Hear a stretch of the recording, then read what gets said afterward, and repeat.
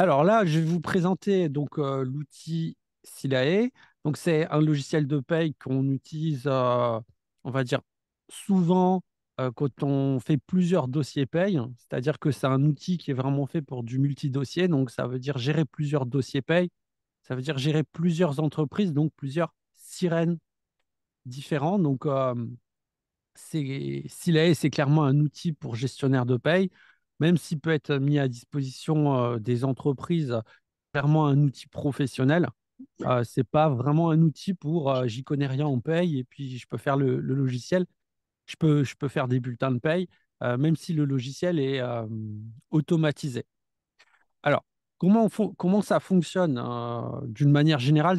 Silae fonctionne comme la plupart des logiciels de paye, c'est-à-dire que vous avez des informations qui concernent l'entreprise, des informations qui concernent les salariés, des informations qui concernent les organismes auxquels l'entreprise est affiliée. Toutes ces informations sont mises en commun pour pouvoir traiter les bulletins de paye en fonction des différentes règles applicables. Donc, il y a des différentes règles. Il y a les règles légales, il y a les règles de la convention collective, il y a les règles, on va dire que l'entreprise applique. Par exemple, si une entreprise euh, que tout le monde a un 13e mois, une règle que l'entreprise applique. Et ensuite, il y a des règles qui peuvent s'appliquer suite au contrat du travail du salarié. Voilà, par exemple, la convention collective peut prévoir une rémunération de 12 euros de l'heure. Et ben, le contrat peut prévoir pour un salarié non pas 12 euros, mais 13 euros de l'heure. Donc, c'est une spécificité. Et après, vous avez d'autres spécificités qui sont les contrats aux organismes sociaux. Donc, par exemple, une entreprise va décider de mettre en place une prévoyance euh, favorable que ce que prévoit. Et par exemple, vous pouvez avoir des entreprises qui vont décider de mettre en place des retraites supplémentaires. Et donc, les retraites supplémentaires, c'est quelque chose qui va s'ajouter au contrat des salariés. Donc, au niveau de l'entreprise, ce qu'il va falloir faire, d'une part sur le logiciel, c'est créer toutes ces informations dans le logiciel, dans ce qu'on appelle la fiche société. Donc la fiche société va reprendre les éléments de l'entreprise. Donc elle va reprendre ben, déjà tout ce qui concerne l'identification de l'entreprise euh, et les spécificités de son univers. Donc, par exemple, dans SILAE, on va dire qu'il y a un élément qui est super important, c'est les conventions collectives auxquelles l'entreprise, on va dire, fait partie. Donc là, par exemple, dans ce dossier, on a bureau d'études techniques, mais SILAE permet de gérer, on va dire, au moins 900 conventions collectives. Donc, du coup, on a toutes les conventions collectives qui peuvent exister auxquelles l'entreprise peut être affiliée. À savoir qu'une entreprise peut avoir plusieurs conventions collectives. Et l'intérêt du logiciel, c'est que quand vous allez mettre la convention collective dans le dossier, l'outil va faire un pré-paramétrage pour les bulletins de paye. Parce que chaque convention collective a ses propres règles, même s'il y a des règles communes. Et du coup, en fait, à ce moment-là, il faut on puisse, pour avoir des bulletins de paye justes, utiliser les règles de la convention collective qu'on a intégrées. Donc, par exemple, dans SILAE, si on intègre bureau d'études techniques, donc la convention collective, on peut d'une part dire si l'entreprise applique les avenants, d'accord, qui sont les avenants qui sont de la convention collective qui ne sont pas étendues. Voilà. Donc, c'est des règles qui vont s'appliquer pour la société. Et du coup, ça, SILAE peut le prendre en charge. Mais du coup, par exemple, en mettant bureau d'études techniques ici, on va avoir des spécificités. Et donc, ces spécificités, on va les gérer avec ce qu'on appelle un questionnaire conventionnel. Donc, dès qu'on va mettre une convention collective, le logiciel va déployer un questionnaire conventionnel. Donc là, par exemple, la convention collective des bureaux d'études techniques, donc Syntec, elle prévoit une prime de vacances. Donc après, nous, on va indiquer est-ce que la prime de vacances, elle va être versée en une fois? Est-ce qu'elle va être versée euh, en plusieurs fois, c'est-à-dire à chaque prise de congé payé. Si on va le verser au mois de juin ou à un autre mois, à d'autres choses qui peuvent être mises en place au niveau de cette convention collective, notamment les congés supplémentaires pour ancienneté. Donc ça, SILAE va déclencher les congés supplémentaires pour ancienneté, mais en fait, l'ancienneté, elle peut être appréciée à la date d'ouverture des droits. Donc là, à chaque fois, on va le mettre en place. Donc tout ça, c'est ce qu'on appelle le paramétrage. Et donc, nous, en tant que gestionnaire de paye ou en tant que RH, hein, vous allez devoir indiquer toutes ces informations au logiciel de paye. Donc, il ne suffit pas juste de remplir des cases, mais il faut vraiment réfléchir parce que en fonction des règles qu'on va intégrer dans le logiciel, c'est comme ça que les bulletins de paye vont être faits. Et si on met des règles qui ne sont pas conformes, donc forcément, on n'aura pas des bulletins de paye conformes. Donc, tout ça, c'est, on va dire, c'est au départ du recueil d'informations et après du paramétrage. Donc, par exemple, la journée de solidarité, ben, faut qu'on nous l'indique, on ne peut pas l'inventer. Ensuite, donc la convention collective. Est-ce que l'entreprise distribue des titres restaurants, des tickets restaurants? À ce moment-là, si c'est le cas, ben, il faut qu'on indique au logiciel ben, quel est le montant du titre restaurant et quelle est sa répartition. C'est-à-dire combien paye l'employeur et combien paye le salarié. Donc pareil, avec les titres de transport. Après, on a des réglages qui sont plus techniques à faire. Par exemple, toutes les entreprises ne payent pas forcément les mêmes cotisations. Les cotisations vont dépendre de l'effectif de l'entreprise. Donc, en gros, la règle, c'est plus l'effectif est important et plus l'entreprise va payer de cotisations. Exemple, euh, je vais vous montrer, hop, ici, tout ce qui va concerner hop, la taxe versement transport. Voilà, c'est l'exemple le plus simple. En fait, une fois que l'entreprise atteint un certain effectif, elle est soumise à cette taxe versement transport. Le truc, c'est que la taxe va dépendre ben, de là où l'entreprise est, voilà, et où les salariés travaillent aussi. Et du coup, quand une entreprise doit payer la taxe versement de transport, elle ne la paye pas tout de suite de but en blanc le montant maximum. Il y a ce qu'on appelle un lissage. Donc à ce moment-là, il faut qu'on indique au logiciel quel sera le lissage à mettre en place. Donc elle va commencer par payer 25%, 50%, etc., jusqu'à payer donc 100%. Donc tout ça, c'est le paramétrage qu'on fait avec le logiciel. Évidemment, il y en a plein d'autres, hein. Il y a des choses notamment avec le taux AT. D'accord? Le taux AT, c'est, on va dire, une taxe que l'entreprise doit payer en fonction de la sinistralité ou enfin, des risques associés à l'activité exercée. Ça, c'est clairement la première chose à faire sur le logiciel. Après, on a aussi d'autres règles à mettre en place, notamment le calcul des congés payés. Est-ce que c'est en ouvrable ou en ouvré? Est-ce qu'il y a de la subrogation au niveau des IJSS? Quel est le calcul? Comment est fait le calcul des absences? Est-ce que c'est la méthode moyenne ou méthode réelle? Une fois qu'on a mis toutes ces règles en place, il faut qu'on intègre les salariés. Donc, c'est-à-dire qu'on va créer les salariés. Donc là, pour cela, on va créer les salariés avec le menu fiche salarié. Donc, chaque salarié ben, a un contrat de travail, en toute logique, et a une classification par rapport à la convention collective. Donc, là aussi, on va commencer par créer le salarié avec des informations, on va dire, basiques, comme ses coordonnées. Et après, on va faire ce qu'on appelle l'emploi du salarié. Chaque salarié a un emploi dans l'entreprise. Et donc, il a un contrat de travail qui lui est propre. Est-ce qu'il est en CDD? Est-ce qu'il est en CDI? Ou est-ce qu'il a un contrat d'apprentissage? Ou est-ce qu'il a un contrat, on va dire, plus spécifique? On va indiquer également tout ce qui concerne sa position dans la convention collective. Donc, on a indiqué une ou plusieurs conventions collectives dans la fiche société. Et par rapport à cette convention collective, on va classer le salarié. Donc là, par exemple, lui, il est directeur financier. On va regarder dans la classification.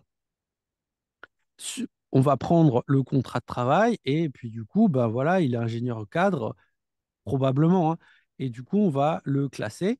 Et à partir de là, le logiciel, il va nous rajouter donc différentes informations, hein, comme son statut catégoriel par rapport à la convention collective, son code statut par rapport à la retraite complémentaire et son code statut par rapport à la protection sociale.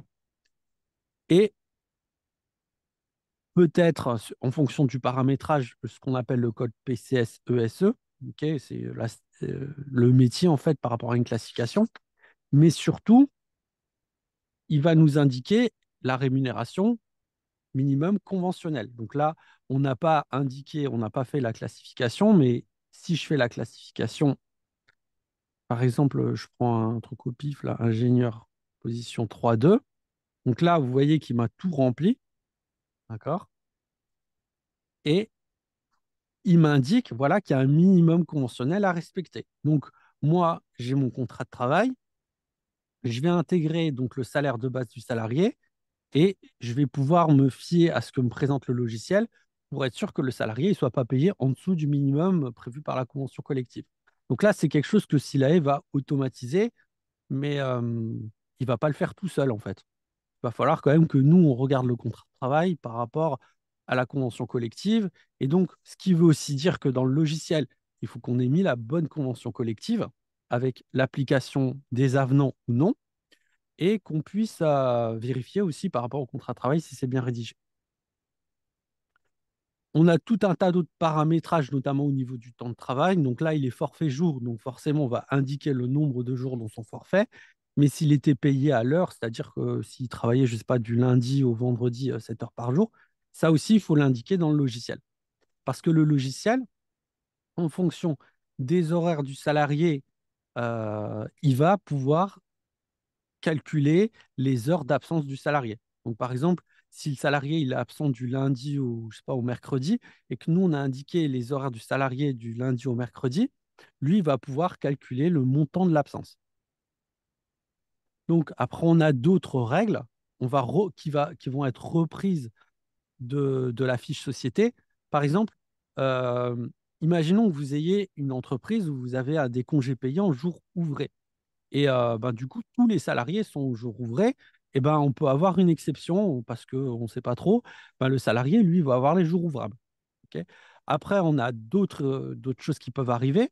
Donc, par exemple, vous avez l'entreprise qui euh, a des congés payés en jours ouvrables, mais vous avez un salarié qui est exclu de la gestion des congés payés parce que, je ne sais pas, moi, il est mandataire. Et donc, du coup, ça, il faut l'indiquer au logiciel parce que sinon, lui, il ne sait pas. On a la gestion des RTT, la gestion des avantages en nature. Alors, il y a des avantages en nature qui sont automatisés et d'autres qui ne le sont pas. Donc, par exemple, avantage en nature, voiture, ben ça, on va indiquer le montant. Par contre, si on a un salarié qui est logé, donc là, on peut avoir un calcul automatique des avantages en nature logement. Voilà. On va également indiquer les spécificités. Donc, par exemple, on a vu donc pour les tickets restaurants, ben, en fait, qu'il y a l'entreprise, par exemple, distribue des tickets restaurants. Dans la fiche société, on a indiqué ben, le montant des tickets restaurants et leur répartition. Mais on peut avoir des salariés qui n'ont pas de tickets restaurants. Donc ça, il va falloir les sortir du calcul des tickets restaurants. Et après, on a d'autres modalités. Donc, par exemple, il y a des entreprises qui qui communique le nombre de tickets restaurants auxquels le salarié a le droit parce que c'est une gestion, on va dire, un peu manuelle. Mais sinon, le logiciel, lui, peut calculer le nombre de tickets restaurants à donner en fonction des droits du salarié. Par exemple, si le salarié il est présent tout le mois, ben, il a le droit peut-être à 22 tickets. Par exemple, il est malade 3 jours, ben, il aura le droit à 22 tickets moins 3. Donc ça, le logiciel peut le calculer. Pareil pour la valeur des titres de transport. Donc, par exemple, si le salarié il est à Paris, il a peut-être, je sais pas moi, je sais pas comment on appelle ça, la carte orange. je ne sais plus comment que ça s'appelle, Pass Navigo, il me semble. Et du coup, à ce moment-là, on peut indiquer au logiciel quel type de passe il a, et le logiciel va faire le calcul du montant du titre transport automatiquement. C'est-à-dire que, je ne sais pas moi, si demain le pass Navigo il passe à 110 euros, ben en fait, il sera à jour tout seul dans Silae, puisqu'il y a quelqu'un qui va le mettre à jour chez Silae pour qu'en fait, ce soit bien juste sur le bulletin de paie. Donc, vous voyez, il y a quand même des choses qui sont automatisées et d'autres choses qui sont moins automatisées, mais qui demandent plus de vérification. Donc, par exemple, si on vous dit que le salarié a un titre de transport, passe Navigo, vous avez le montant et après, vous n'avez plus besoin vraiment d'y réfléchir parce que le montant sera mis à jour. Vous aurez l'obligation de gérer tout ce qui est à côté, donc conserver la preuve que le salarié est bien le titre de transport, mais vous n'aurez pas vraiment à le gérer sur le logiciel au contraire du salaire. Donc le salaire, en fait, Slay va vous gérer le minimum, mais ce sera à vous de vérifier que ce minimum correspond bien avec ce qui est prévu sur le contrat de travail. Ensuite, on va retrouver le questionnaire conventionnel. Donc le questionnaire conventionnel, vous en avez un dans la fiche société, ok. Mais après, vous en avez également dans la fiche salarié pour affiner en fait les différents cas possibles. Donc, par exemple, dans la fiche société, vous allez dire est-ce que l'entreprise a pris la mutuelle? Voilà. C'est-à-dire, est-ce qu'ils ont mis en place le régime frais de santé qui est prévu par la convention collective? Et ensuite, vous allez dire dans la fiche salarié quel type de régime de frais de santé en fait le salarié a choisi. Est-ce qu'il a choisi pas d'option sur le socle obligatoire ou est-ce qu'il a pris l'option 2 sur le socle obligatoire? Enfin, tout dépend de la convention collective. Une fois que vous avez mis tout ça en place, ben, le logiciel, bon, je vais confirmer. Donc, vous avez créé les règles pour la fiche société, les règles pour les différents salariés. Ensuite, il va falloir gérer donc les différentes affiliations de l'entreprise. Donc, concrètement, ça veut dire quoi? Ça veut dire que vous avez au niveau de l'entreprise, elle est forcément affiliée à un URSSAF, hein. Euh, L'entreprise a forcément une retraite mis en place, oui, un système de retraite complémentaire. Donc là, on va indiquer l'URSSAF, on va indiquer la retraite complémentaire. Et après, en fonction des obligations des entreprises, il y a une prévoyance. Ok, de toute façon, la prévoyance, elle est obligatoire dans la convention Syntec, mais si l'entreprise dépend du code du travail, ben, par exemple, il y aura juste les cadres qui auront de la prévoyance. Donc là, on va indiquer la retraite complémentaire ici. Ensuite, on va indiquer le régime de prévoyance. Et après, on va également indiquer le régime de mutuelle. Donc, quel est l'organisme de mutuelle? Si l'entreprise n'a pas de garantie de retraite supplémentaire, bon, il n'y en a pas. Mais si on a un, ben, on va indiquer l'organisme. Une fois qu'on a indiqué l'organisme, en fait, chaque fois qu'une entreprise est affiliée à un organisme complémentaire, c'est-à-dire prévoyance ou prévoyance ou et mutuelle ou et retraite supplémentaire, ces organismes transmettent à l'employeur sur Net Entreprise, via Net Entreprise plutôt, une fiche de paramétrage.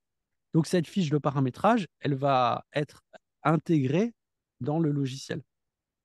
C'est-à-dire qu'on va venir ici et on va importer ou aller récupérer la fiche de paramétrage pour pouvoir mettre les taux euh, dans le logiciel. Par exemple, imaginons que l'entreprise ait pris une mutuelle à 60 euros. Et ben, du coup, il faut intégrer la fiche de paramétrage. Dans la fiche de paramétrage qui va nous dire, ben voilà, l'option famille, je ne sais pas moi, elle est à 60 euros. Donc, nous, on va aller chercher la rubrique de mutuelle dans le logiciel qui correspond donc à ces 60 euros.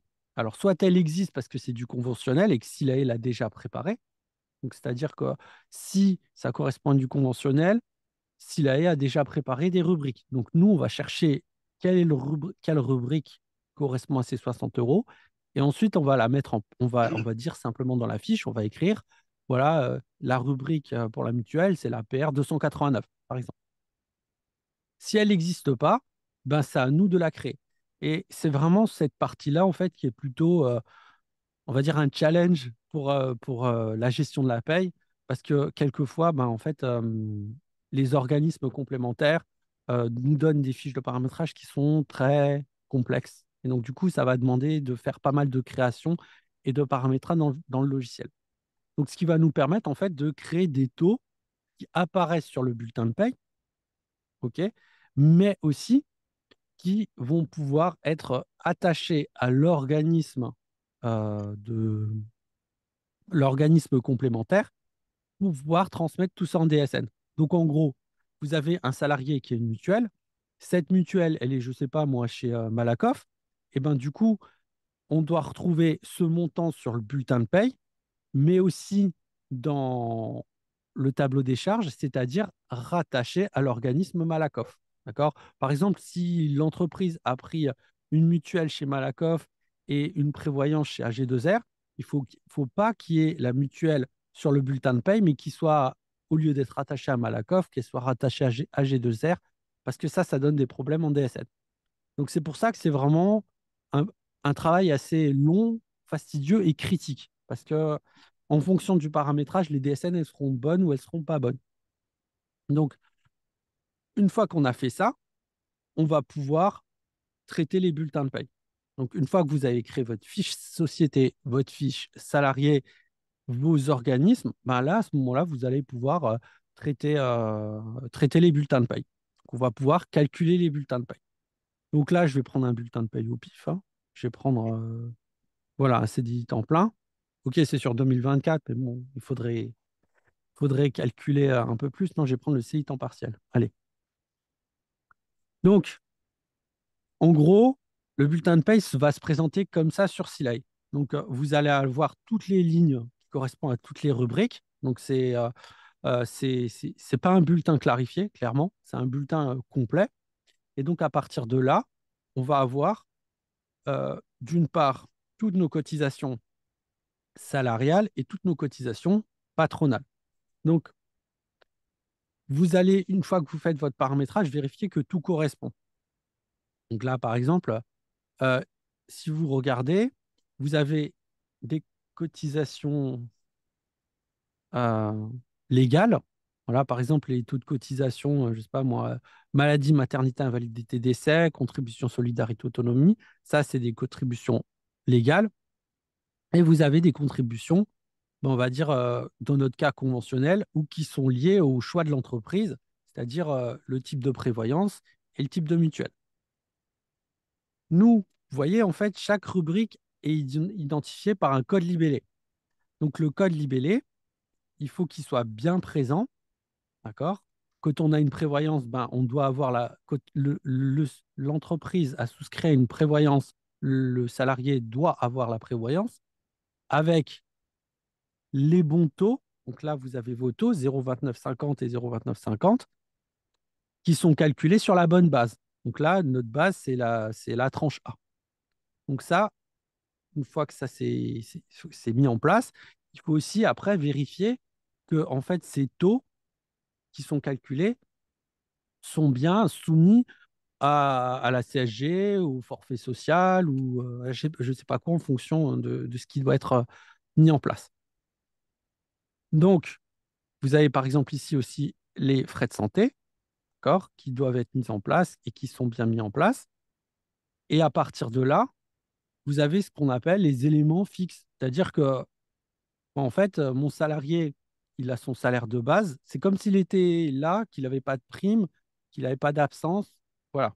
Donc ça, c'est le bulletin de paye de base. Si ça, c'est OK, tous les mois, on va maintenant ajouter ce qu'on appelle les éléments variables. Donc les éléments variables de paye, c'est quoi? C'est dans le menu traitement mois, ça va être les heures. Est-ce que le salarié a fait des heures en plus, ok, des heures supplémentaires ou des heures complémentaires?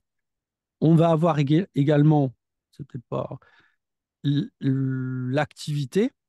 On va dire l'activité, ça doit se voir plutôt comme le calendrier. Est-ce que le salarié a eu des absences? Donc les absences, c'est super large, hein. On peut avoir des absences maladie, accident de travail, congé sans solde ou congé formation, etc. Ensuite, on va avoir les éléments variables, ce que SILAE appelle les éléments variables, c'est en gros, on va dire les primes. On va faire simple. Ensuite, on va saisir des acomptes, ok. Et après, on a des menus qui nous permettent effectivement de valider nos saisies. Donc là, par exemple, comment on fait dans SILAE? Imaginons que si le salarié il a fait des heures supplémentaires, euh, dans notre cas, il a temps partiel, donc on va avoir plutôt des heures complémentaires, non pas des heures supplémentaires. Donc par exemple, si le salarié a fait des heures complémentaires, qu'il en a fait deux, voilà, je saisis deux, et ensuite, le logiciel il repère que j'ai fait ma saisie d'heures supplémentaires, je vais faire refaire le bulletin, et du coup, il va me faire apparaître donc, mes éléments variables de paye, donc mes heures complémentaires, avec la majoration dans le salaire brut. Et donc, il va me calculer toutes les cotisations comme il faut à partir du salaire brut. Donc, tous les mois, je vais traiter donc mes éléments variables. Donc là, par exemple, j'ai mes primes. Donc, imaginons que le salarié ait reçu une prime exceptionnelle. Je vais aller rajouter donc ma prime exceptionnelle. Mais mon travail à moi, en tant que gestionnaire de paye, c'est que je vais rajouter ma prime exceptionnelle. Je dois savoir si la prime, je dois la faire rentrer, par exemple, dans la base des congés payés ou pas. Donc ça, vous voyez, en fait, ça, c'est à vous de savoir. Bon, une prime exceptionnelle, normalement, ça ne pose pas de problème. Je peux saisir si elle est en brut ou en net. Donc, je vais mettre une prime exceptionnelle de 500. Ensuite, mon salarié, il a eu des absences. Euh,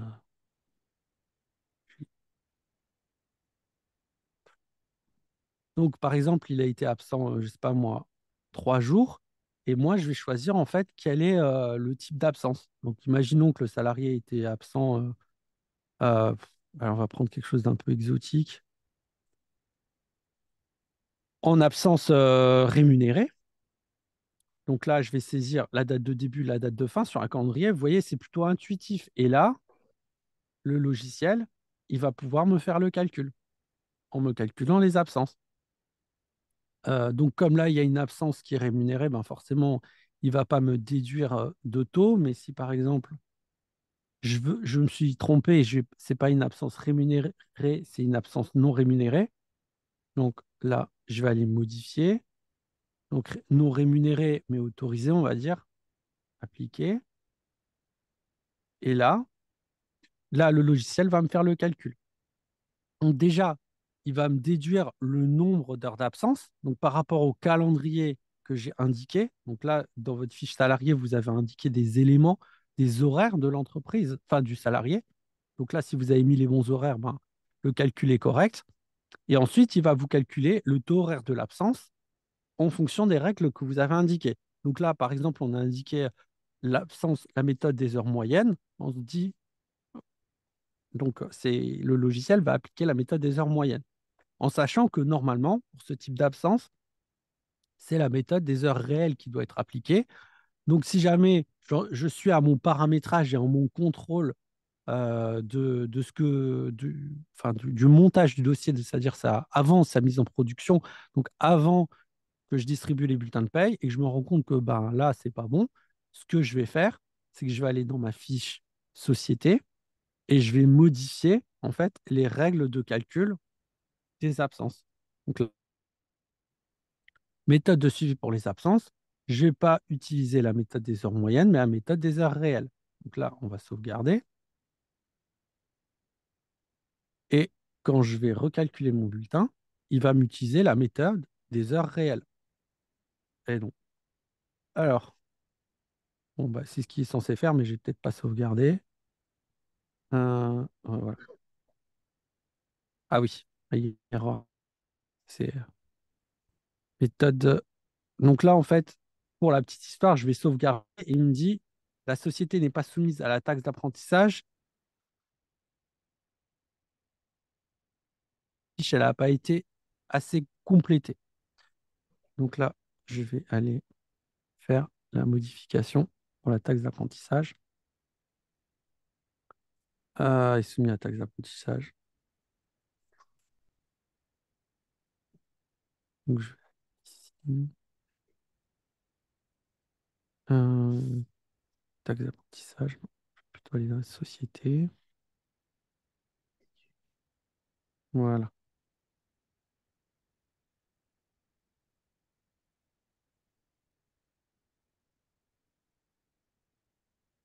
Le problème, c'est que si vous ne complétez pas les choses, le logiciel, il veut pas avancer.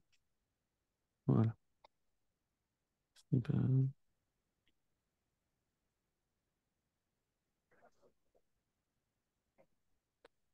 taxe d'apprentissage soumis.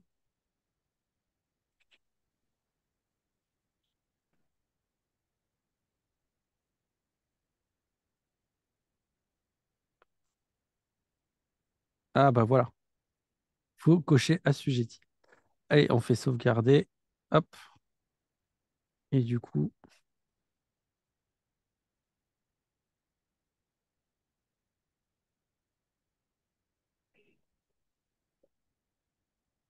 voilà.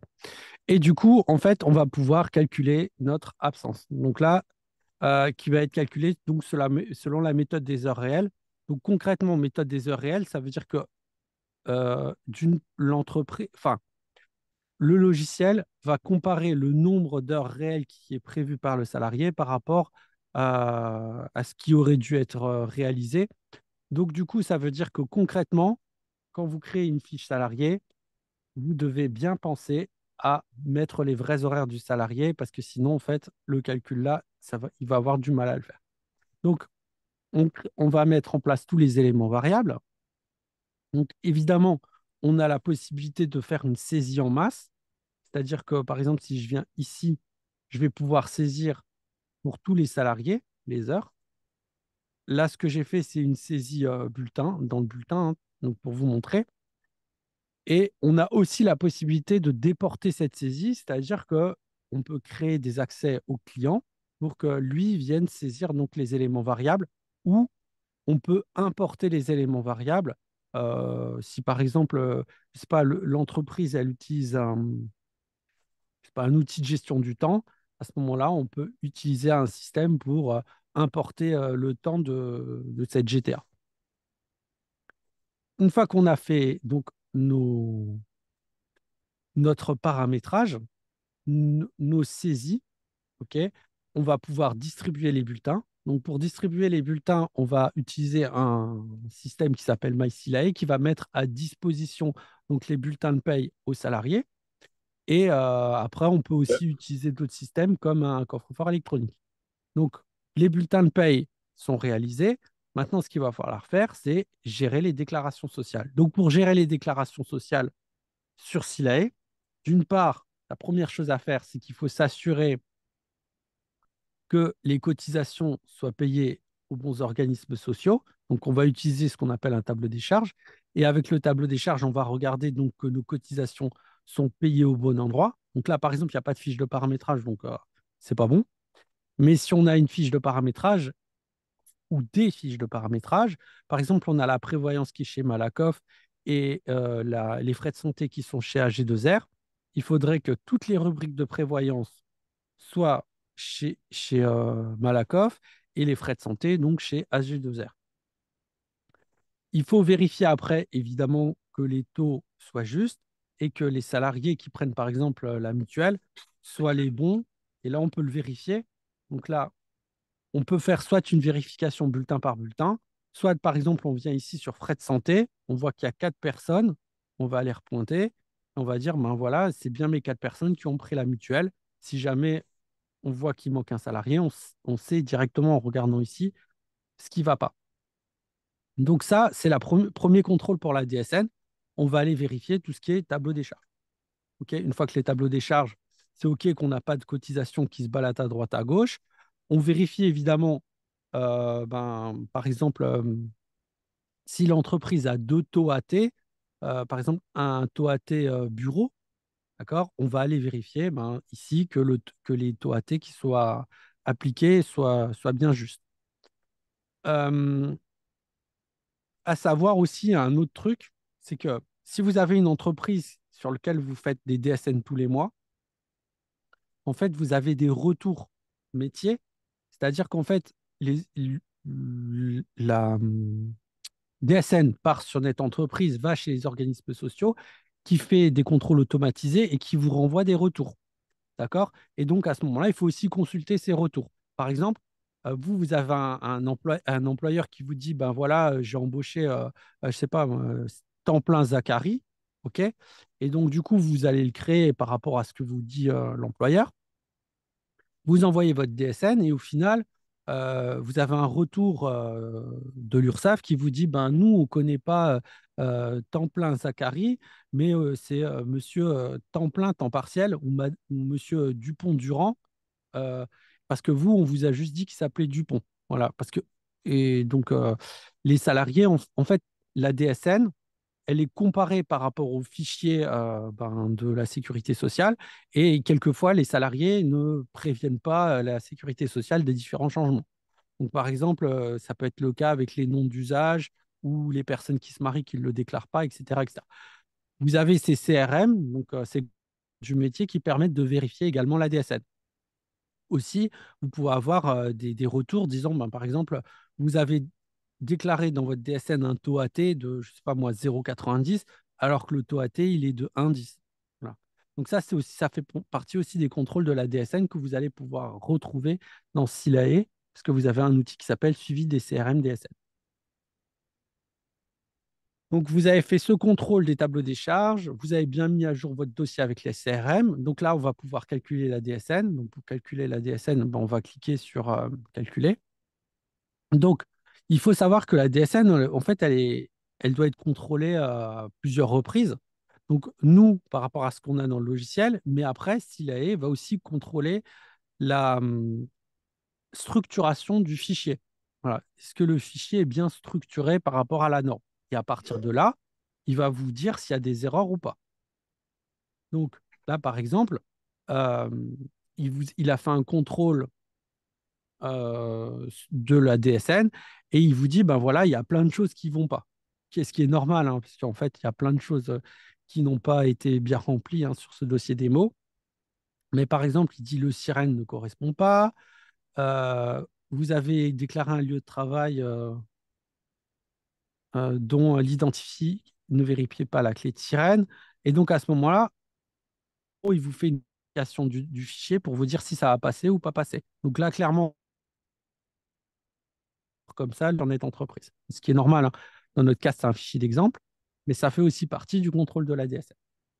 Encore un autre contrôle qu'il faut faire, normalement, j'aurais même dû en parler avant de calculer la DSN, c'est ce qu'on appelle contrôle DSN bulletin.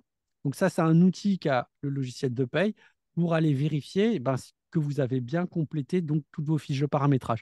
Ici, évidemment, il n'y a pas d'erreur parce qu'il n'y a pas de fiche de paramétrage, mais quand il y a des fiches de paramétrage, eh ben, il faut faire ce contrôle. Et il va vous dire si le contrôle, il y a des erreurs ou pas d'erreurs. S'il n'y a pas d'erreur, à ce moment-là, c'est maintenant qu'on calcule donc, la DSN.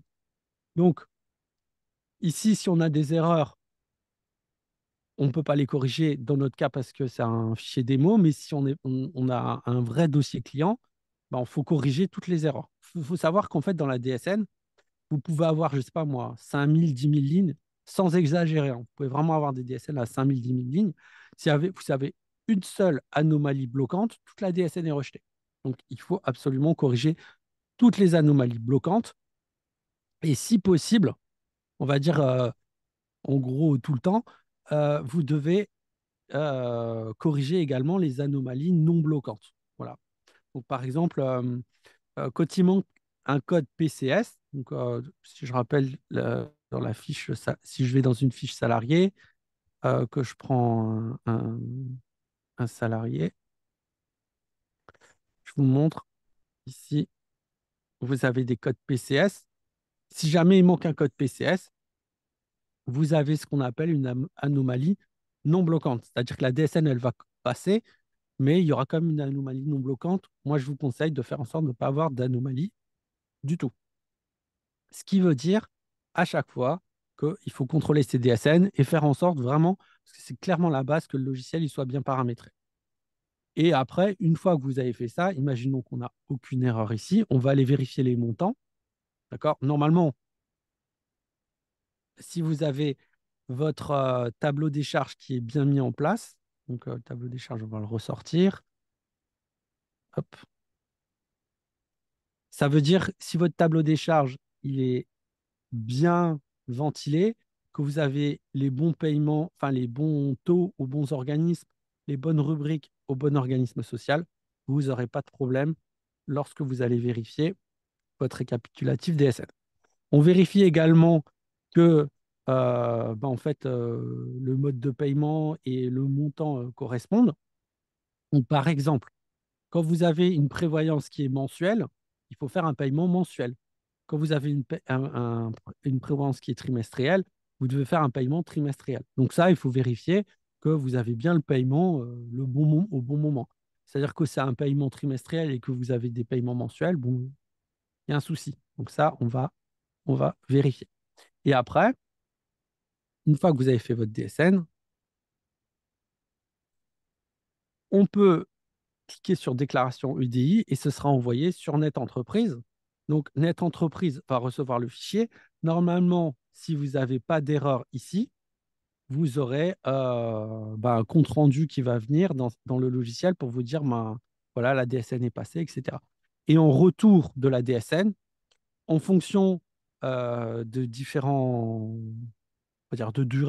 durées, vous allez commencer par recevoir des fichiers en retour, donc des CRM de suivi, mais aussi vous allez recevoir votre fichier de prélèvement à la source avec chaque taux qui correspond à chaque salarié, parce que chaque salarié a un taux du prélèvement à la source qui lui est propre.